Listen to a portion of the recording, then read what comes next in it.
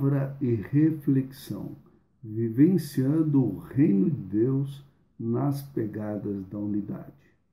Com gratidão a Deus, vamos partilhar com vocês mais uma palavra, que o Espírito Santo possa falar aos nossos corações e possamos guardá-la em nosso coração. Que a graça, a paz e a misericórdia vos sejam multiplicadas por Deus Pai e por Jesus Cristo, nosso Senhor, estejam com vocês e suas famílias. Amém.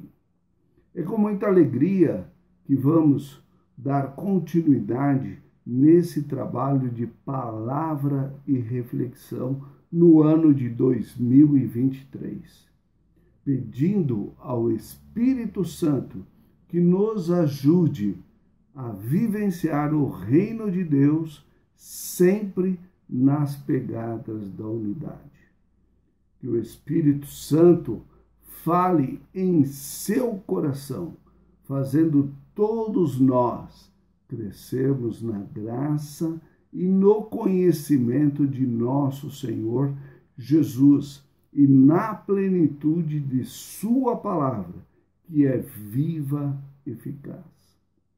Quero partilhar com vocês sobre o caminhar com Deus, seu chamado e propósito com todos nós. O chamado para homens e mulheres, com nossa família, nossos irmãos de fé e caminhada, seguimos no propósito. Como isso se interliga e a graça e a misericórdia de Deus em tudo isso. E eu queria começar, citando o Salmo 23, versículo 6. Certamente que a bondade e a misericórdia me seguirão todos os dias da minha vida e habitarei na casa do Senhor por longos dias. Eu quero que neste ano, que nós estamos iniciando, que você possa realmente vivenciar isto, que o Salmo 23, no verso 6, nos traz, Que você seja cercado da bondade de Deus, da misericórdia de Deus, E que todos os dias, ao acordar, ao levantar, você se lembre, que você está debaixo da bondade e da misericórdia de Deus. Antes de nós falarmos dos nossos dias, quero passar por alguns personagens bíblicos, como, por exemplo, para nos orientar e fortalecer, e clarear os nossos pensamentos no propósito que Deus tem de ter comunhão conosco e nos chamou nele, nos elegeu nele para vivenciarmos esta comunhão. Deus tem o prazer e o desejo de ter comunhão e relacionamento com o homem. Isso nós podemos ver lá na primeira carta de João, capítulo 1, versículo 3. Diz assim: o que temos visto e ouvido, anunciamos também a vós outros, para que vós, igualmente, mantenhais comunhão conosco. Ora, a nossa comunhão é com o Pai e com o seu Filho, Jesus Cristo. Que nós possamos já, nos primeiros momentos deste ano, e toda a nossa vida, como nós lemos nos Salmos, possamos vivenciar essa comunhão com o Pai e com o seu Filho, Jesus Cristo. Que os nossos dias sejam dias de relacionamento e comunhão com o Pai e o seu Filho Jesus. E aí eu quero passar, juntamente com você, por alguns personagens bíblicos, né? E o que é que eles fizeram, né? Como foi o relacionamento dessas pessoas.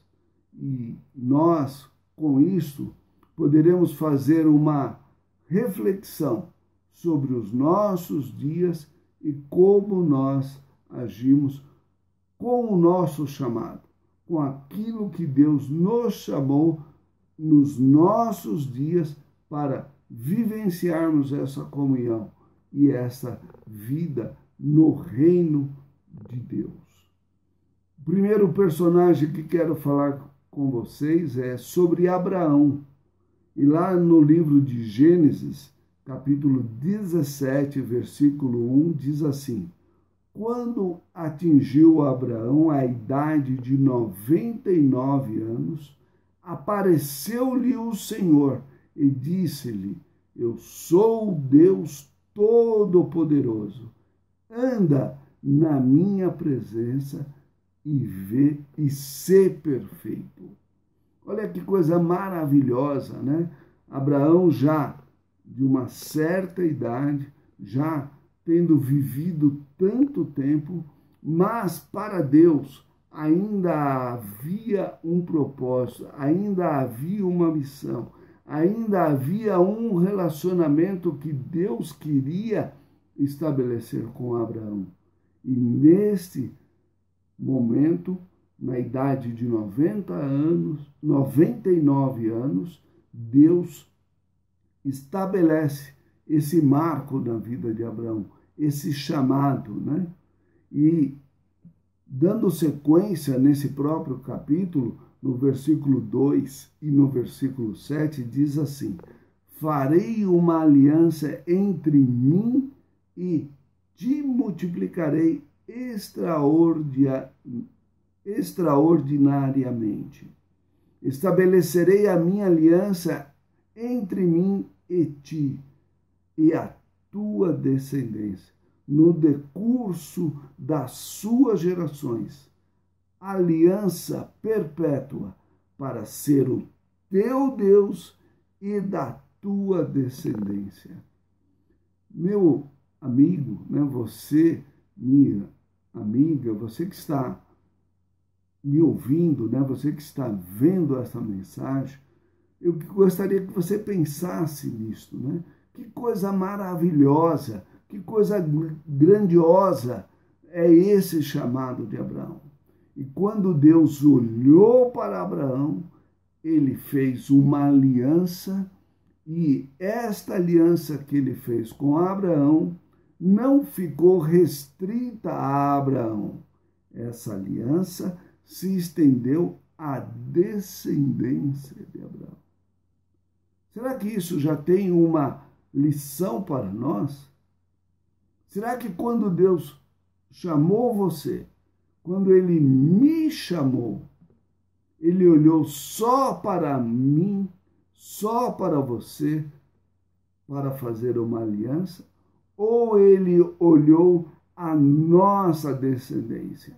E quando Ele estabeleceu uma aliança conosco, Ele, com certeza, eu tenho essa convicção, Deus olhou a nossa descendência.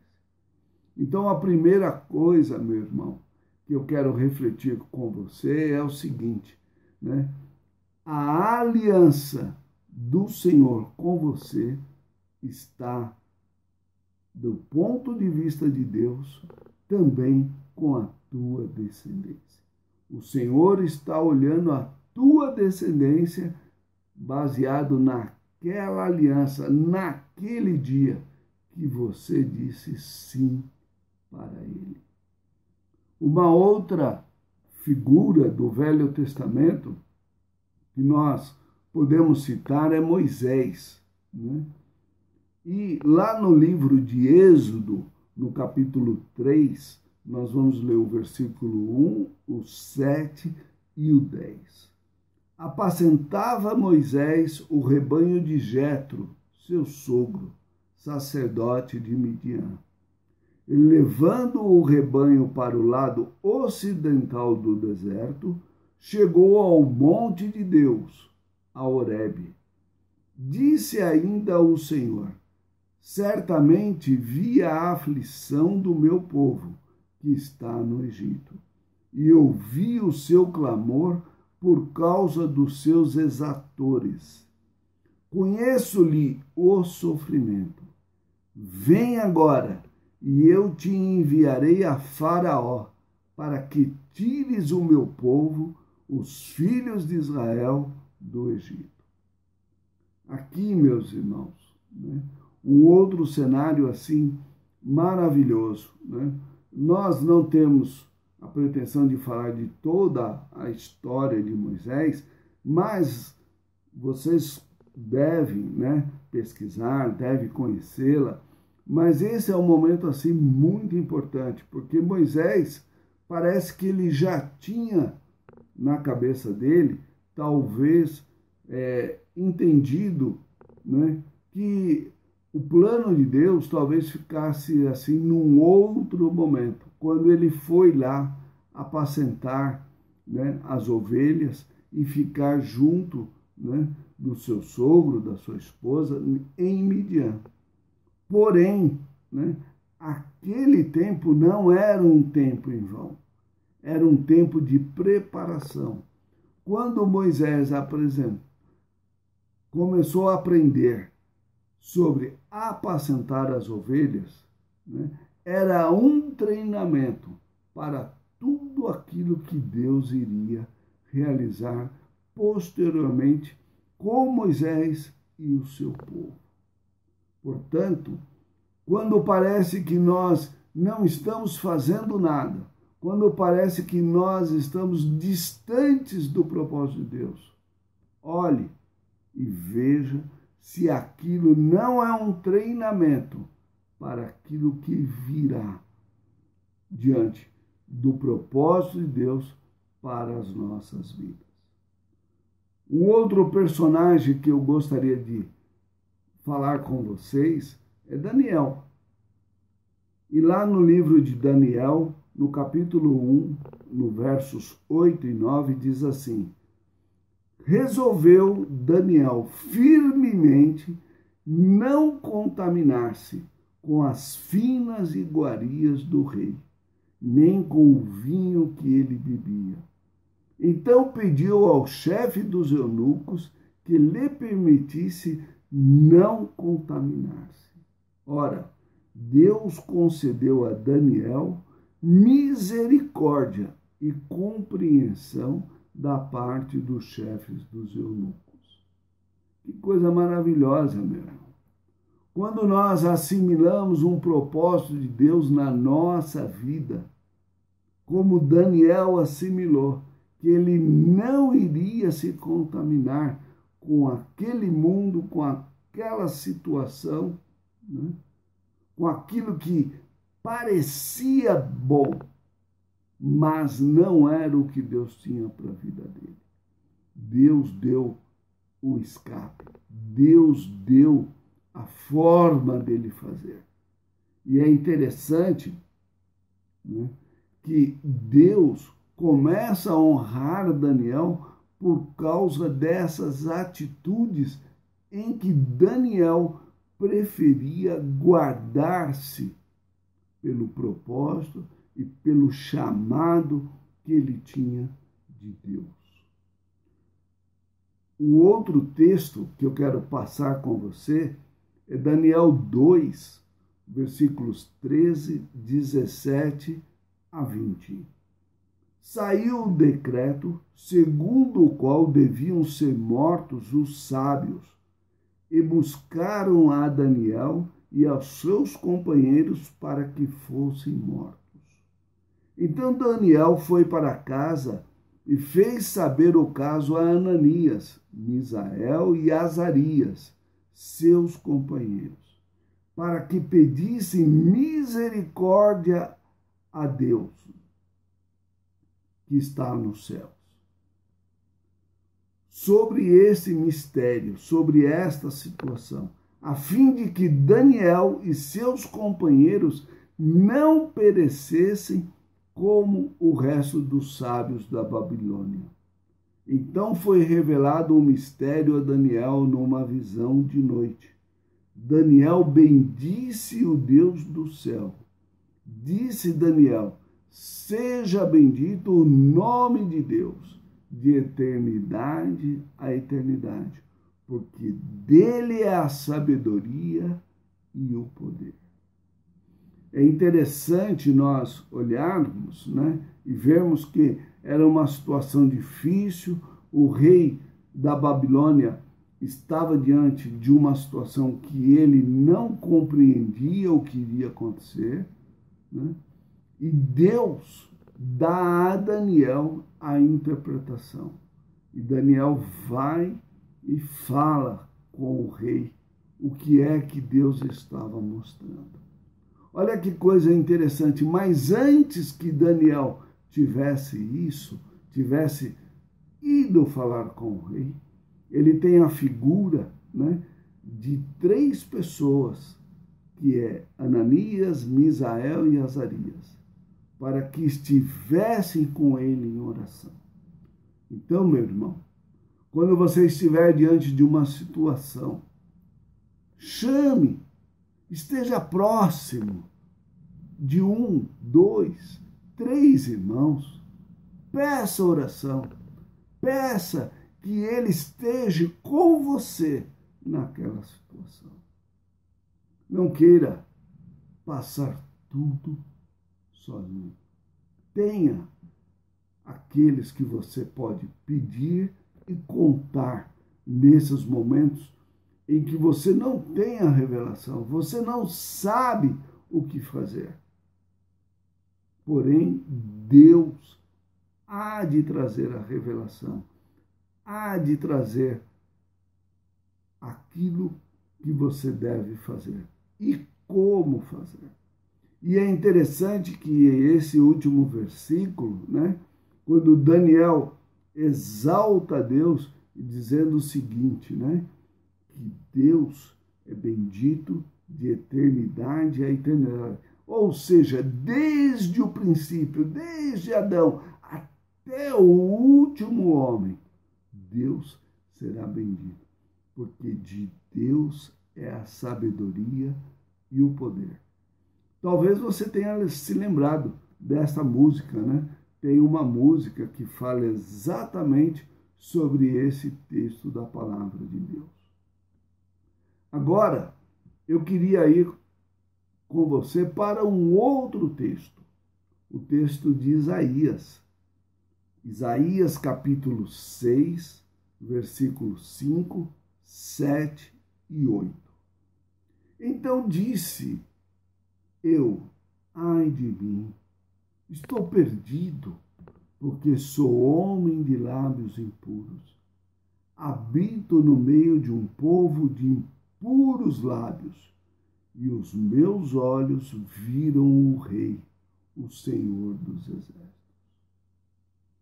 Com a brasa tocou a minha boca e disse: eis que ela tocou os teus lábios, a tua iniquidade foi tirada e perdoado o teu pecado.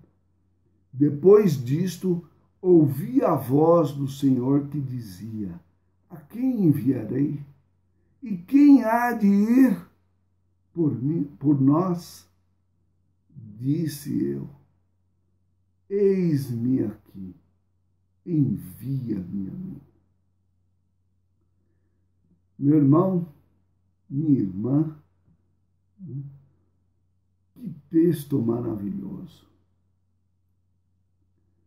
Esse texto, ele é muito atual, ele é muito real nos nossos dias. Por quê? Porque ainda, né, nós estamos no mundo, ainda vivemos no meio de pessoas que não servem ao Senhor, um povo, né, que tem lábios impuros, condutas impuras, mas Deus está nos chamando. Está chamando você, está chamando a mim. E Deus, a primeira coisa que vai fazer é uma transformação na nossa vida. Ele vai tocar em nós, vai tocar nos nossos lábios, vai tocar na nossa vida, vai perdoar o nosso pecado e vai mudar os nossos lábios, vai mudar a nossa vida. Por que Deus vai fazer isso? Porque Deus quer enviar.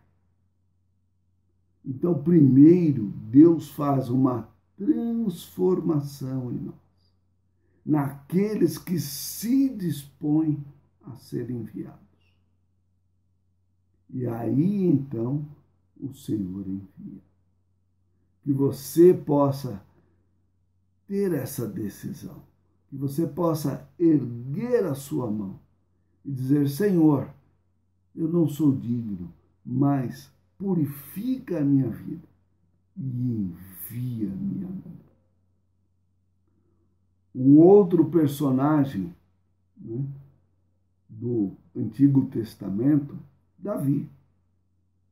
E olha que o que nós vamos ler de Davi não está lá no Antigo Testamento, está no Novo Testamento, no livro de Atos, capítulo 13, versículo 22. Muito depois de Davi ter vivido, já tinha morrido muito tempo depois, né? O autor de Atos, que é Lucas, vai dizer, né, como era Davi, por que Deus, né, achou Davi. E tendo tirado a este, levantou-lhes o rei Davi. Ele está falando dos reis anteriores.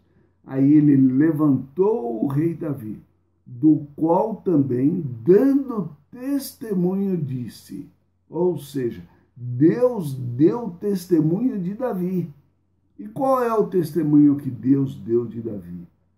Achei Davi, filho de Jessé, homem segundo o meu coração, que fará toda a minha vontade.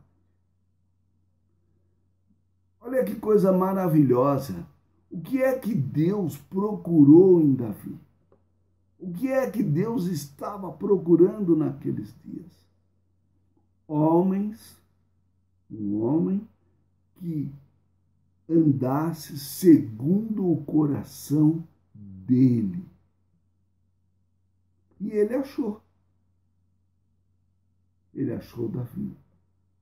Que Deus possa encontrar nos nossos dias atuais muitos Davis, muitos homens que andem segundo o coração dele e que faça toda a sua vontade.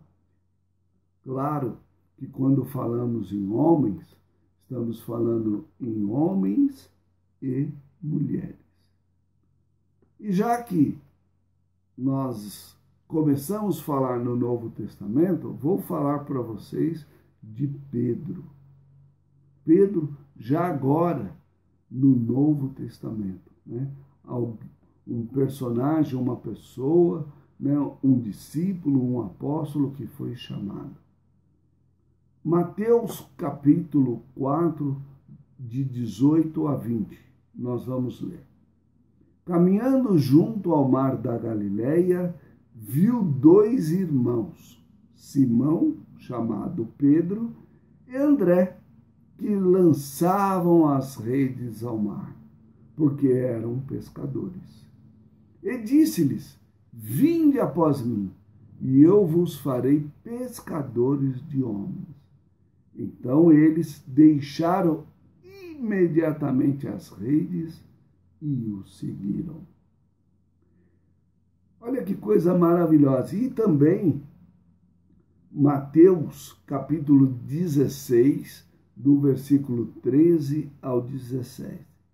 Indo Jesus para os lados de Cesareia de Filipe, perguntou aos seus discípulos: quem diz o povo ser o Filho do Homem?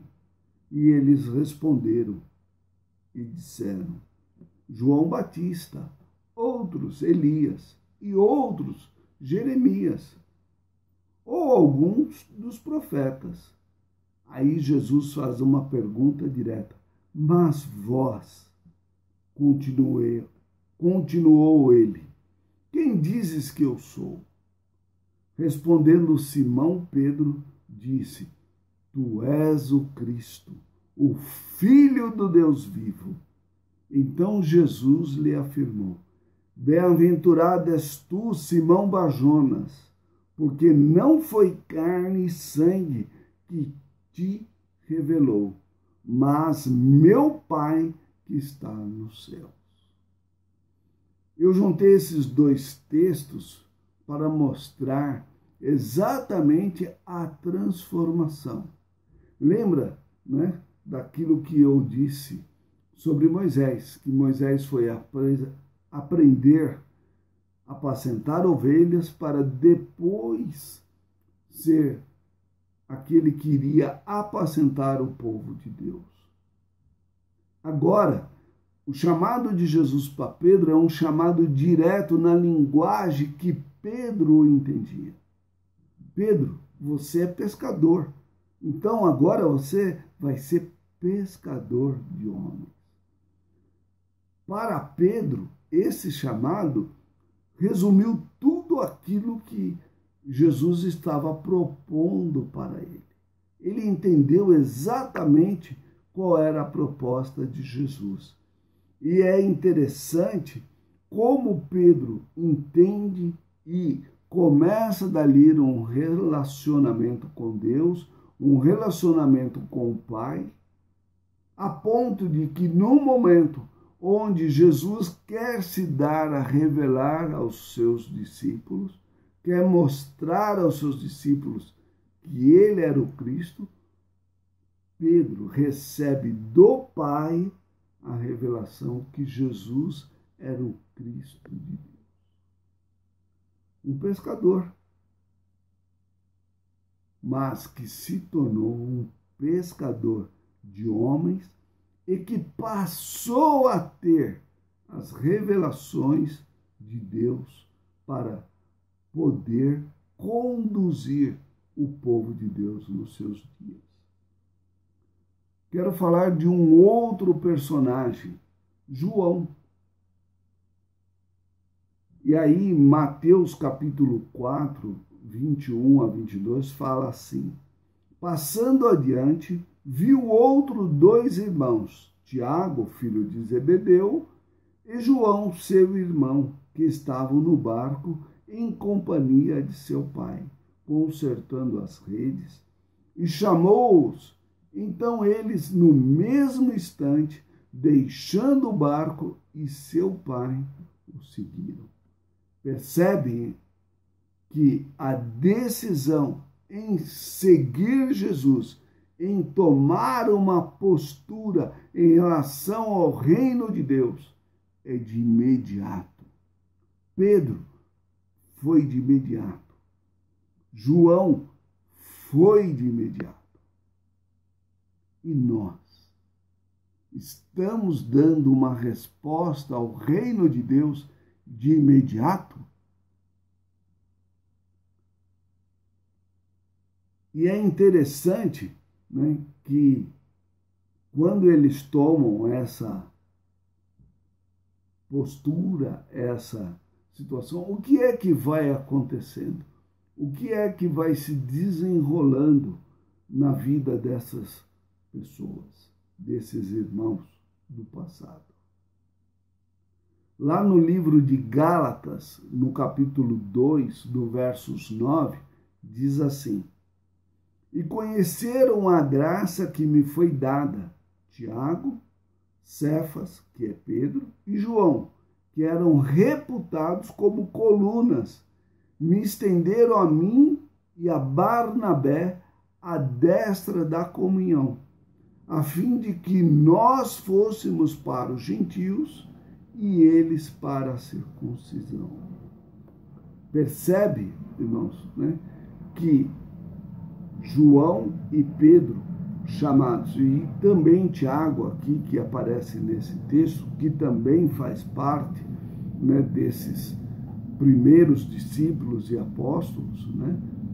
Eles começaram, né, com a graça de Deus, mas a graça não se restringiu a eles, não se restringiu somente àquelas pessoas ali próximas. Ela começou a se espalhar e atingiu aquele que perseguia. Quem está citando esse texto de Gálatas é Paulo. Paulo, que foi um perseguidor da igreja, né? Foi aquele que presenciou, né, a morte do primeiro mártir, que foi Estevão. Depois ele reconhece aqui que a graça chegou até a vida dele e ele, juntamente com Barnabé, em comunhão. Olha que maravilha, né? Os irmãos estenderam a destra da comunhão para aquilo que Paulo estava sendo chamado. E alguns ficaram com os judeus e Paulo e Barnabé vão para os gentios. Ou seja, né, a igreja é um lugar de comunhão. A igreja é onde se vivencia o reino de Deus nas pegadas da unidade, nas pegadas da comunhão. E falando de João, né, o que ainda tem mais? Lá no livro de Apocalipse, no capítulo 1, versículo 1 e 9, começa assim: revelação de Jesus Cristo que Deus lhe deu para mostrar aos seus servos as coisas que em breve devem acontecer, que ele, enviando por intermédio do seu anjo, notificou a João, seu servo. Eu, João, irmão vosso e companheiro na tribulação, no reino e na perseverança em Jesus. Olha que interessante, né? João frisando que ele perseverou no reino. Achei-me na ilha chamada Patmos, por causa da palavra de Deus e do testemunho de Jesus. E aí nós temos todo o desenrolar, né, da revelação do Apocalipse para João, para que ele escrevesse aquilo que Deus iria fazer, algumas coisas naqueles dias, iria fazer ao longo do tempo futuro, que nós não sabemos quando será o fim de todas as coisas, mas precisamos estar com o nosso coração aquecido para aquele dia, para a volta do nosso Rei, do nosso Senhor, do nosso amado Senhor Jesus Cristo. E voltando, né, citando um pouco mais Paulo, né, que recebeu a destra da comunhão, como eu disse a vocês, né, lá no livro de Gálatas 2 e 9, né? Agora eu queria que vocês vissem comigo Atos 9, versículos 5, 10 e depois 15 e 16, que é para dizer quem é esse Paulo. Foi nesse texto aqui, nós vamos ver a conversão, o momento do encontro de Paulo.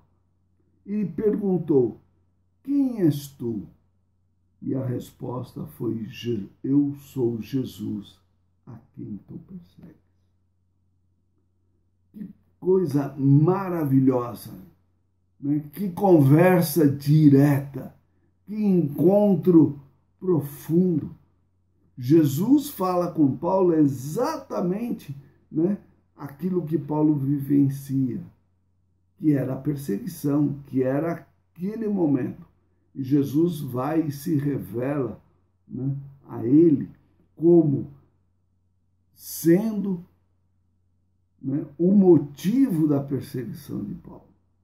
Se Paulo estava perseguindo os cristãos, porque eram pessoas que estavam vivendo o reino de Deus, o reino de Cristo, logo Paulo estava perseguindo Jesus. E aí nós vamos ver o desfecho desse encontro, desse momento.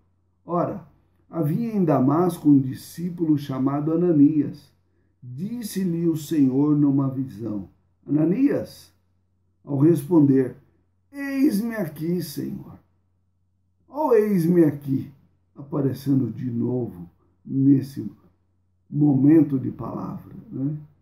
Mas o Senhor lhe disse: vai, porque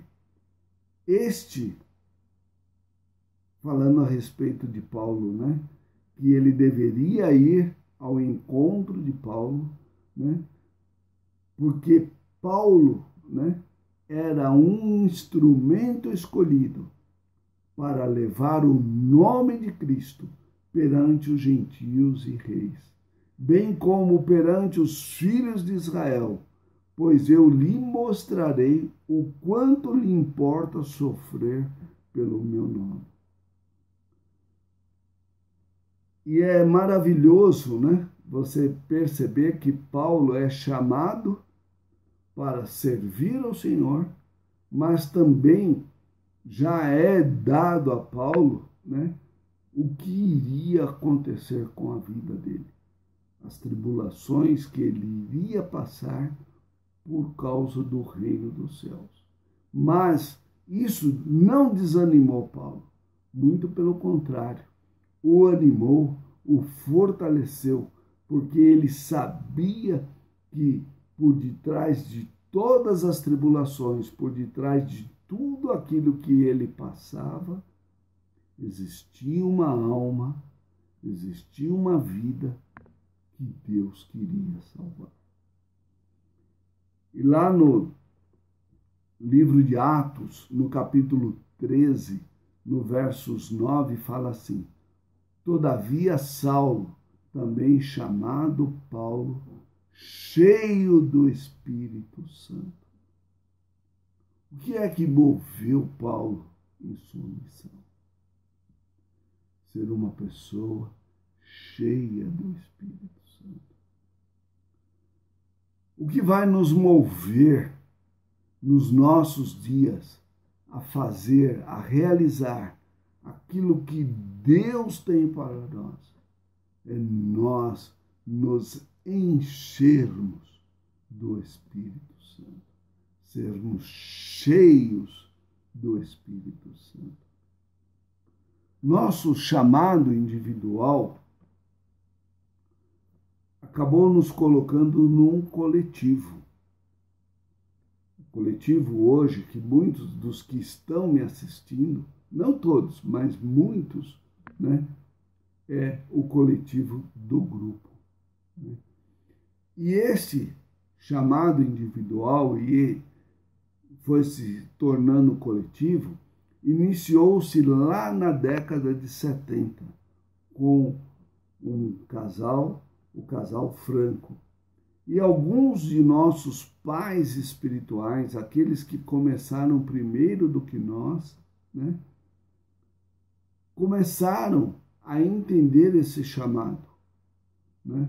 Começaram a se animar com esse propósito, desse estar diante de Deus e levar esse propósito. Então, meu irmão, eu quero dizer para você, né, que você deve se animar agora, nesse novo ano, para esse chamado individual, para esse chamado coletivo que nós temos, né? Que isso possa queimar, arder no seu coração,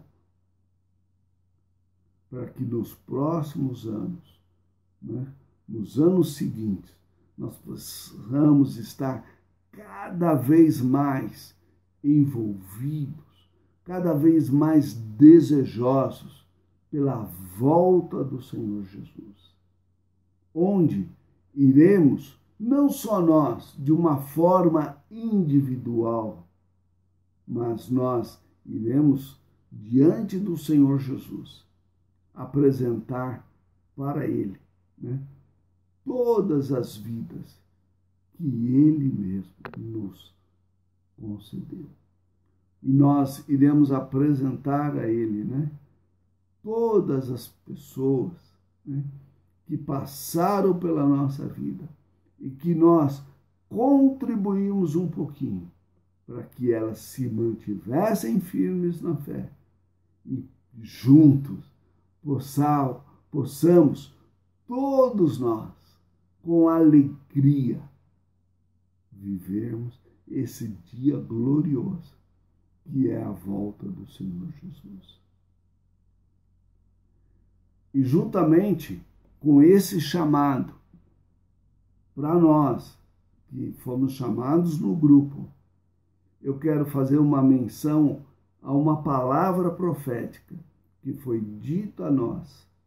E gostaria que você sentisse isso brotar no seu coração. Novamente, isso queimar em seu coração, para que durante o ano de 2023 e os próximos anos, você tenha isso no seu coração e na sua mente. Eis que diz o Senhor, confirmo que vós sois diferentes. E é por isso que não tem uma forma. Sois como as nuvens, que ao olharmos para elas, em segundos mudam sua forma. São como o mar, ora calmo, ora turbulento. Vós não tendes forma, diz o Senhor, não apenas para serdes diferentes, mas eu tenho uma estratégia nisso, porque quando o inimigo planeja uma maneira de atacá-los, vós estáis diferentes. E assim, o inimigo não tem como destruí-los, porque eu, o Senhor, já mudei a vossa forma novamente. Estejais, portanto, abertos para receber a forma do Senhor. Insisti com o meu povo, para que não se enquadre em nenhuma forma, porque a estratégia é minha e este povo deve ter a forma do Espírito. Com isso, meu irmão, eu quero te animar.